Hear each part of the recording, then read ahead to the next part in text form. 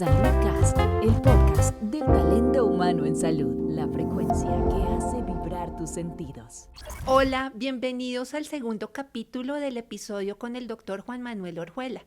En el capítulo anterior estuvimos revisando generalidades sobre salud mental en nuestro país, así como estuvimos tratando temas sobre neuromúsica y la interfaz cerebro-música.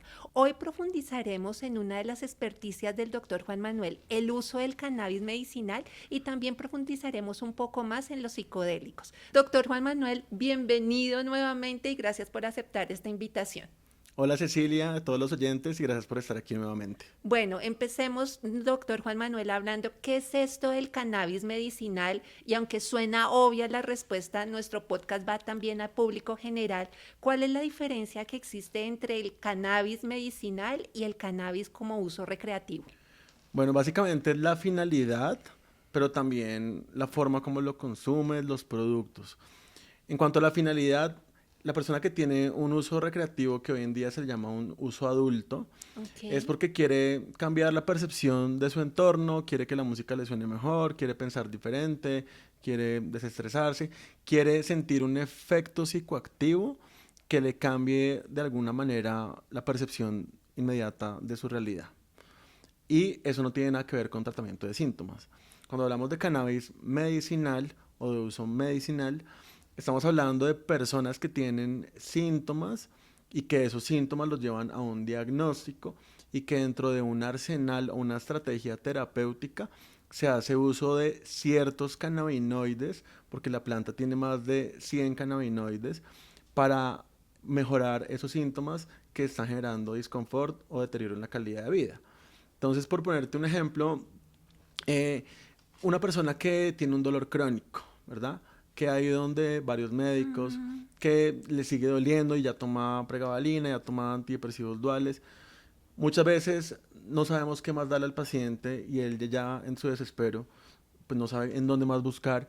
Y por ejemplo hay estudios que muestran con buena evidencia que dosis bajas de THC, cuando digo bajas son ¿qué? 5, 10 miligramos, a veces 15 miligramos, como un coadyuvante, pueden ayudar a dolores neuropáticos. Eso en la rama del dolor. En salud mental también, y en epilepsia, por ejemplo, antes de salud mental, en la epilepsia, que es donde más investigación y más evidencia hay, tanto que la FDA aprobó productos con cannabidiol purificado, porque aquí, como te digo, depende del producto que utilices. El cannabidiol purificado quiere decir que son 99% CBD, o sea que no tienes nada de THC. Cogieron la planta, la extrayeron todos los cannabinoides y purificaron el CBD hasta elevarlo al 99%. Okay. Eso es lo que se le da a los niños con ciertos tipos de epilepsias refractarias, como síndrome de Lennox-Gastaut, de Dravet o esclerosis tuberosa, que son niños que convulsionan 4, 5, 10 veces al día, que son epilepsias refractarias y que además son niños que están polimedicados. Y cómo vas a ir al colegio estando con clobazam, con ácido valproico, con una cantidad de cosas, cómo te puedes concentrar siendo un niño y aprender así. Entonces, en esta búsqueda de ayudar a esta población, surgen estas primeras investigaciones y demuestran que la frecuencia de las convulsiones empieza a bajar coadyuvando cannabidiol. Pero aquí está el tema, porque siempre lo discutimos, y es, bueno, tú ves que la gente dice 3 goticas de cannabis para dormir, 3 goticas de no sé qué que mi abuelita toma. Esto no es así desde el punto de vista medicinal. Aquí tiene que haber un médico entrenado en prescripción de cannabinoides, porque no todos los médicos nos formamos en eso, y en la universidad no se forman habitualmente en prescripción de cannabis. Y tienen que haber unas dosis. Por ejemplo, en los niños se calculan miligramos por kilogramo, 10, 15 o hasta 20 miligramos por kilogramo. Y hay que hacer una serie de exámenes, enzimas hepáticas, un seguimiento. Entonces, digamos que en términos generales, el uso recreativo es esto. Casi siempre se buscan THC. Es atípico que alguien que tenga un uso recreativo o adulto lo haga con CBD. La gente fuma THC. Y ahí ya viene el otro problema, que con el paso del tiempo han venido juntando las cepas y se han mutado. Entonces el porcentaje de THC hace 50 años en una planta era de 10%, 12%, ahora es 20%, 30%. Entonces la hidropónica, la no sé qué, que son cepas que son muy concentradas, y entre más THC tú consumas cuando eres joven, jóvenes en la adolescencia, más riesgo tienes, por ejemplo, una esquizofrenia. Eso está demostrado. Un adolescente que empieza a fumar marihuana todos los días con altas concentraciones de THC, o que inclusive compra unos concentrados que son como unas ceras que tienen hasta el 90% de THC, las conexiones frontales del cerebro se alteran tanto que el riesgo de esquizofrenia está incrementado, y también de depresión, incluso riesgo de suicidio y déficit de atención. Entonces, si me entiendes, la finalidad con que lo hacemos es muy importante. Ya hablamos un poco de en qué condiciones clínicas está plenamente demostrado su utilidad, pero a hoy, ¿cuál es la evidencia científica, además de lo que ya hablamos de epilepsia y de dolor neuropático? ¿En qué otras condiciones clínicas? Entonces, en salud mental ha surgido un cambio del paradigma, que es lo que a mí me parece interesante. Pasamos de la marihuana es nociva, te daña el cerebro, te da psicosis, es lo peor, a, venga, espere un momento, ¿qué podría ser útil en ese sistema endocannabinoide que hablábamos en el episodio anterior para modificar en ciertas personas? Entonces, por ejemplo, empiezan algunos estudios en Israel en estrés postraumático, con el grupo del doctor Rafael Meshulam, que él es el que escribe la molécula de THC, el sistema endocannabinoide, parte de él, y empiezan a ver que la gente que tiene estrés postraumático, ¿qué tipo de síntomas tiene? Pesadillas, principalmente. La gente se acuesta y sueña con la violación, sueña con el accidente, sueña con el hurto, sueñas con lo traumático, y es muy jodido porque uno no se puede desprender de eso con medicamentos habituales. Yo te puedo poner a dormir con una trazodona, con una esopiclona, pero no te puedo controlar el componente onírico, o sea, lo que tú sueñas. Claro. Entonces resulta que en esos estudios, que es lo interesante, empiezan a darle a personas con estrés postraumático sus medicaciones habituales, pero incorporan dosis bajas de THC, no psicoactivas. Bueno, porque la psicoactividad es un efecto adverso. Y empiezan a encontrar que las personas tienen menos flashbacks de las experiencias traumáticas, menos recuerdos intrusivos, pero menos pesadillas.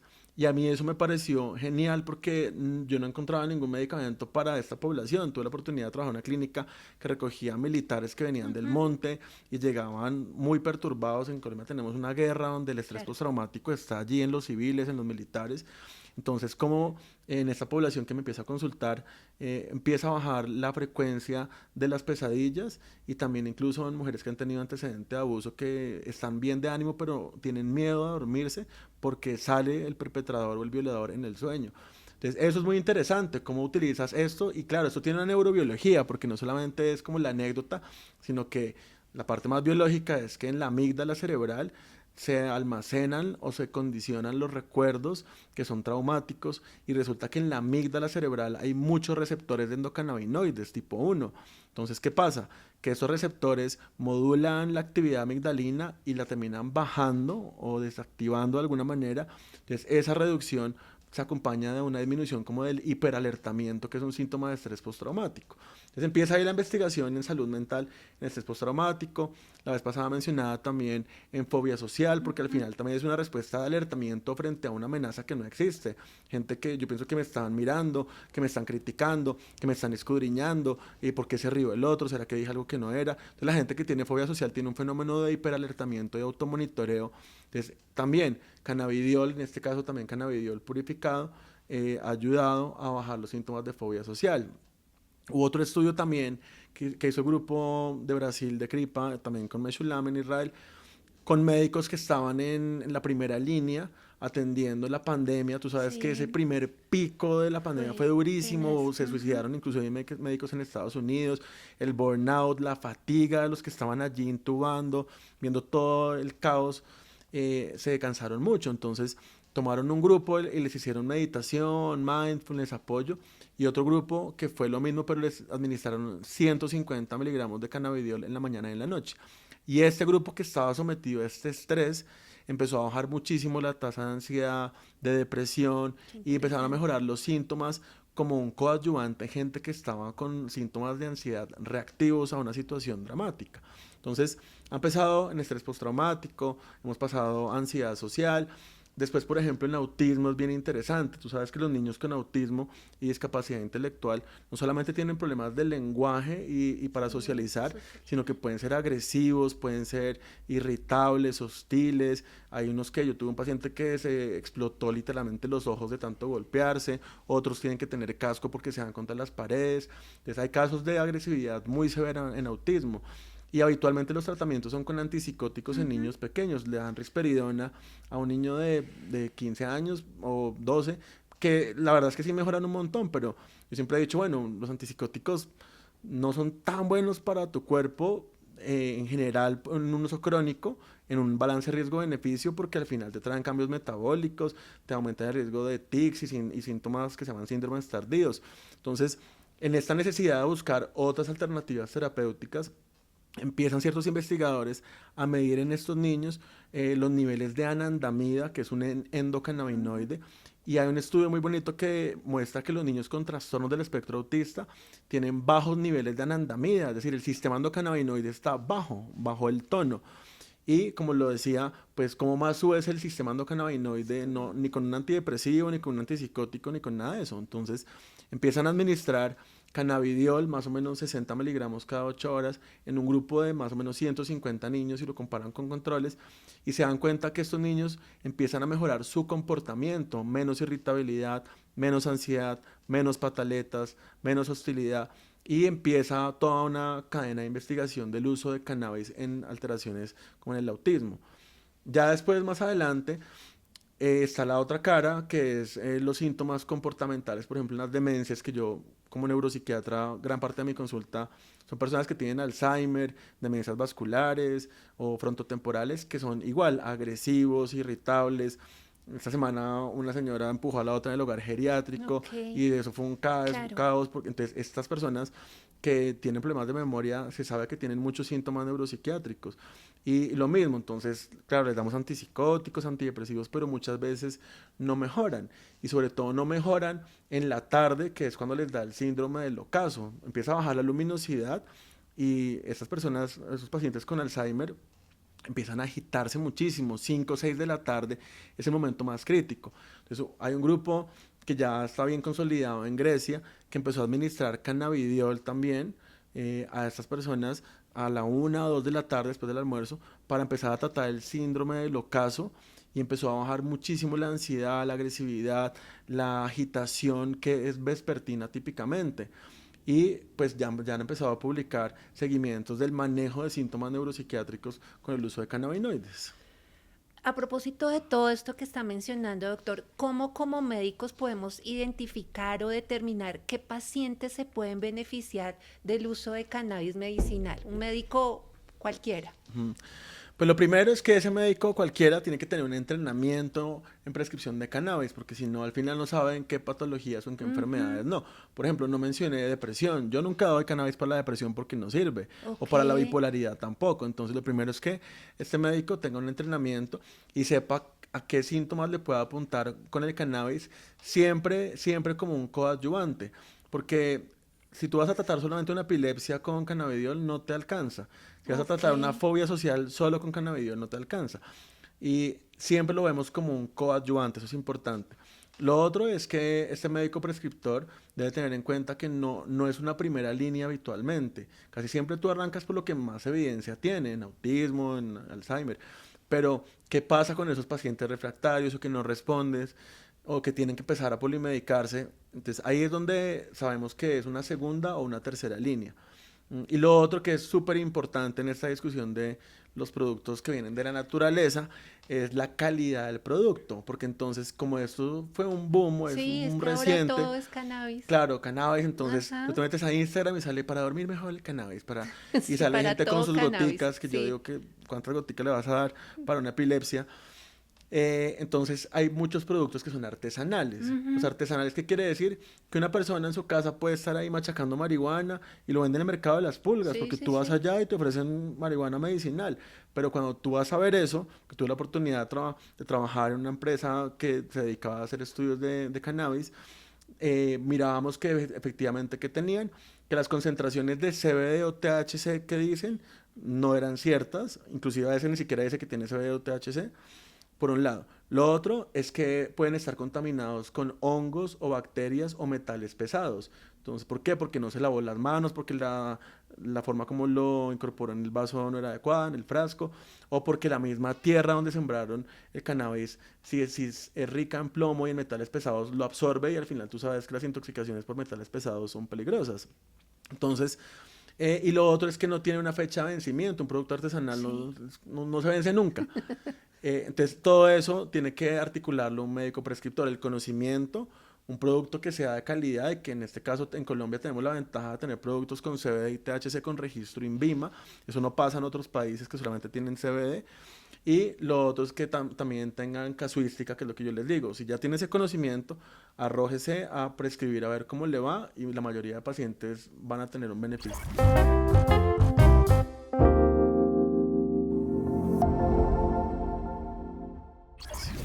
¿En Colombia es posible formarse como médico prescriptor de cannabis? Sí, hay diplomados Ok. ya hoy en día, hay de todo, hay diplomados en línea, hay presenciales, y ya hay buenas formaciones, inclusive también en México, obviamente en Estados Unidos tú puedes hacer cursos en línea, pero en Colombia puedes encontrar universidades que ofrecen sobre todo diplomados. Ok, perfecto. Volvamos al cannabis medicinal, doctor. ¿Y cuáles son los eventos adversos que se encuentran más asociados a su uso medicinal? Sí, es una buena pregunta, porque la gente tiene la impresión de que como es natural, Natural, es sí, no pasa inocuo. nada. Entonces, no, es que es natural, entonces no hace nada, pero resulta que sí tiene efectos adversos. Entonces, por ejemplo, el cannabidiol o el CBD, que es el más benigno porque se no genera efectos psicoactivos, se puede dar en niños, es muy seguro. Hay gente que le puede dar cansancio o fatiga, ¿no? Se sienten como cansados Agotados. habitualmente. O como eso viene en un aceite, habitualmente ajonjolí, porque los cannabinoides son lipofílicos, entonces las dosis altas pueden dar diarreas, como si te tomaras todos los días una o dos Una cucharadas de de aceite de aceite de oliva, pues ricino. puede tener un efecto laxante o de ricino. Entonces hay gente que le empieza a dar diarrea por este efecto. Con el THC es diferente, porque el THC, por ejemplo, te puede dar hipotensión o taquicardia o efectos psicoactivos. Está contraindicado en personas que tengan inestabilidad cardiovascular o que tengan antecedentes de psicosis. Por ejemplo, aquí es muy importante, que eso es lo otro. Tú encuentras productos artesanales y te lo van vendiendo sin saber nada. Si tú tuviste una psicosis a los 15 años, porque ha pasado que el adolescente fuma, hace un episodio psicótico y ahora tiene 60, pero la genética está allí que lo hace proclive a la psicosis. Un contacto con THC ha mandado a mucha gente al hospital, a un servicio de urgencias, abuelitas que le dijeron, ay abuelita, tómese esto, llegan psicóticas al Dios. hospital porque tenían un antecedente de una vulnerabilidad a la psicosis. Entonces está contraindicado, por ejemplo, en personas que tienen esto, o en bipolaridad tampoco es una buena opción dar THC. Entonces sí, digamos que sí, son moléculas que requieren como una administración, y lo otro es pensar en las interacciones farmacológicas, Ujú. porque al Como final es cualquier una molécula que medicamento. va a tu hígado, Exactamente. igual citocromo P también, igual que el resto de medicamentos. Entonces, si tú tomas warfarina, por ejemplo, y administras o consumes CBD, los tiempos de coagulación se prolongan y puedes tener un sangrado. Hay muchos reportes de eso, gente que ha tenido sangrados severos porque se pone a mezclar warfarina con CBD. O también con ácido valproico incrementa las transaminasas. O también con clobazam incrementa el tiempo de vida media. Clobazam, que es una benzodiazepina. Entonces un niño empieza a ponerse dormido, somnoliento, pero es porque no le ajustaste la dosis del clobazam cuando pusiste cannabidiol. Ok. ¿Sí me entiendes? Entonces hay que pensarlo. Por eso es que esto es medicinal, porque tiene que haber una mente prescriptora detrás de todo lo que estamos hablando. ¿Existe el riesgo de generar dependencia en el marco del uso medicinal? Con el CBD, no. Incluso uno de los usos que no mencioné es que se está utilizando el CBD para tratar la adicción al THC, que es Ok. curioso porque es con marihuana te trato la adicción a la marihuana, pero en realidad es con CBD te trato la adicción al THC, que hoy en día se llama un trastorno por consumo de cannabis. Entonces sí, hay algunas investigaciones que muestran que más o menos 800 miligramos, dosis altas, te pueden ayudar a la abstinencia. Entonces, definitivamente el CBD no genera dependencia, sino que te ayuda a incluso a quitar otras adicciones. También pasa con tabaco, hay estudios, con heroína hay un estudio en Estados Unidos, gente que se inyectaba heroína constantemente, un trastorno por consumo de heroína. También dosis altas de cannabidiol les quitaban el craving. El craving es la necesidad o la búsqueda de la Ujú. sustancia, dónde está, y el radar de la búsqueda y el comportamiento hacia ella. Entonces, eso nos da un rango de seguridad muy amplio cuando utilizamos CBD. El THC, pues depende. Por ejemplo, hay que filtrar. Si la persona tiene un antecedente de consumo de sustancias nocivas, es mejor no administrar productos con THC o hacerlo muy Ok. bajo. Pero el riesgo, hay unos estudios en Reino Unido de más o menos 10 a 12 años de gente utilizando en esclerosis múltiple para los Ujú. espasmos, que también tienen una buena evidencia, productos con CBD y THC, y el riesgo de dependencia, o sea, de tolerancia, abstinencia, era cercano al 1%. O sea, es muy bajo, entonces es muy seguro. Y lo otro es que es un producto que también es controlado. Pero pues también está la otra cara de lo recreativo, que tú puedes conseguir THC relativamente fácil en cualquier ciudad.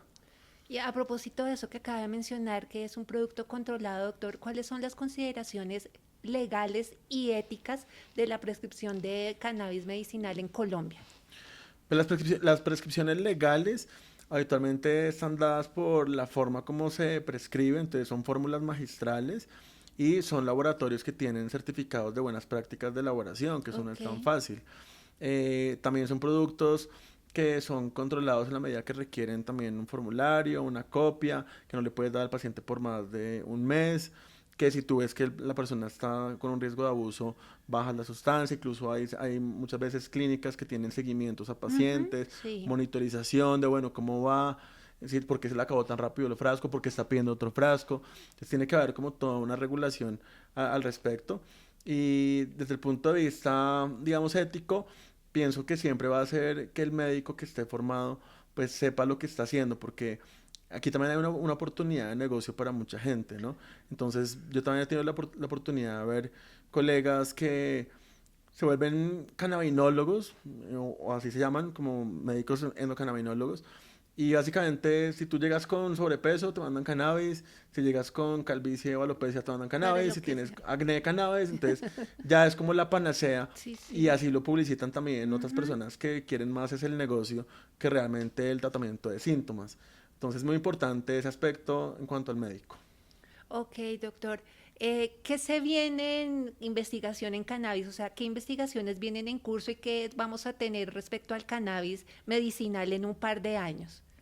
Bueno, como lo mencioné, la planta de cannabis tiene más de 100 Ujú. cannabinoides, y dentro de estos hemos hablado del CBD y THC, pero vienen otras moléculas, cannabigerol, CBD, etcétera, que tienen mm, otras propiedades. Por ejemplo, para el sueño se ha demostrado también, es importante el uso en insomnio. Entonces parece que hay algunos cannabinoides que están más destinados a regular el sueño, otros más que están vinculados con la neuroprotección, porque eso es bien bonito, es que muchos estudios son hechos en ratas o en ratones, y se muestra cómo el riesgo de enfermedad de Alzheimer en esos ratones disminuye, o de neuroprotección. Entonces se vienen estudios en neuroprotección, se vienen estudios, por ejemplo, en trauma craneoencefálico. Hay unos bien bonitos porque el cannabidiol tiene un mecanismo de acción que disminuye la liberación de glutamato, que es excitotóxico.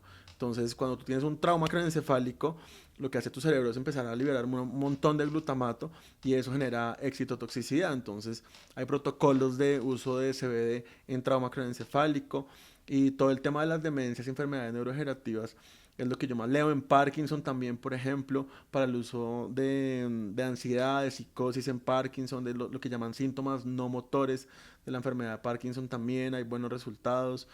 Entonces, hay mucha investigación que está en curso, y básicamente se vienen buenos resultados en salud mental y neurología también. Ok, doctor. Ahora movámonos al terreno de los psicodélicos. Y para comenzar a hablar de psicodélicos, ¿qué se entiende por una sustancia psicodélica? Bueno, es una pregunta interesante porque han ido cambiando el concepto, pero cuando lo empezaron a describir, se hablaba de una sustancia psicodélica porque tiene la capacidad de cambiar o alterar el estado mental. Después dijeron, no, eso no es un psicodélico porque es que esto es más místico, esto es algo más espiritual. Entonces se cambió a psiquedélico, porque Ok. psique es alma, como que promueve ese encuentro con el alma. Pero después dijeron, no, lo que promueve es más como un encuentro o una comunicación con lo divino, con lo espiritual, con lo superior. Entonces, hoy en día se le llama un enteógeno, que Ok. los enteógenos son moléculas que te ayudan a comunicarte con esa parte como divina, o con Teos, con ese Dios, así no sea una religión como tal, sino con ese ser supremo. Entonces, ha venido cambiando, pero es básicamente eso, la capacidad que tiene para generar experiencias místicas en general. Entonces, en ese sentido, doctor, ¿qué enteógenos se vienen utilizando a nivel mundial y para qué condiciones clínicas se vienen utilizando? Bueno, de la que yo más conozco, pues es la psilocibina, que ya la Ujú. mencionábamos. La psilocibina es una molécula que se encuentra en los más de 200 especies de hongos psilocibios. Y eso es importante porque cada hongo psilocibio va a tener una concentración de psilocibina. Entonces no está tan fácil para la gente que está prescribiendo calcular cuánta psilocibina tiene ese hongo en particular como fue cultivado. La psilocibina entonces ingresa al cuerpo y se desfosforila a psilocina, que es como, o sea, es una prodroga, se Ujú. convierte en el cuerpo a otra y llega hasta el cerebro para unirse a los receptores 5-HT2A, que ahorita hablamos cuál es la consecuencia. Entonces la psilocibina es probablemente el más utilizado, pero también hay estudios recientes con uno que se llama ibogaína, que no lo estudia muy bien, pero también hace parte de los psicodélicos. Algunos también meten, hay estudios con yagé, por ejemplo, que es la ayahuasca, Ayahuasca. también, sobre todo estudios en ratones, hay un grupo español que ha demostrado todo este fenómeno de la neuroplasticidad, de la neurogénesis. Entonces le das a ciertos ratones unas dosis bajas de LSD o de yagé y las neuronas se conectan mejor, crecen más, entonces pareciera que favorecen procesos de neuroplasticidad, pero no está tan demostrado en los humanos. Con LSD también se han hecho investigaciones y algunos, como decía, introducen la ketamina como una especie de Ujú. psicodélico atípico porque el mecanismo de acción es diferente, pero que también, por ejemplo, en depresión refractaria ha tenido bastante auge. En Colombia, ¿cómo está el tema del uso de psicodélicos? ¿Está normalizado? ¿Está regulado? ¿Qué podemos hablar acerca de esto? Bueno, pues mira, ese es un tema ahí como espinoso porque el tema de los psicodélicos realmente es algo que se puede entender desde muchas corrientes. Está una corriente antropológica, Sí. está la psicología transpersonal, está la mirada antropológica también, está la mirada científica, médica, que es un poco más la que yo tengo. Entonces hay muchas miradas de esto y por eso se ha distribuido por diferentes zonas. Entonces, en Colombia lo que yo he visto es que estamos muy interesados en general en Latinoamérica porque además aquí se consigue muy fácil, en México lo mencioné, pero está el peyote también, o sea, tienen sus Sapo. cactus, el sapo ese que es el Ujú. bufo, hay una cantidad de psicodélicos que como que tenemos acceso en Latinoamérica y se hace bastante uso de eso. Incluso pues toda esta parte del yagé, el putumayo, etcétera.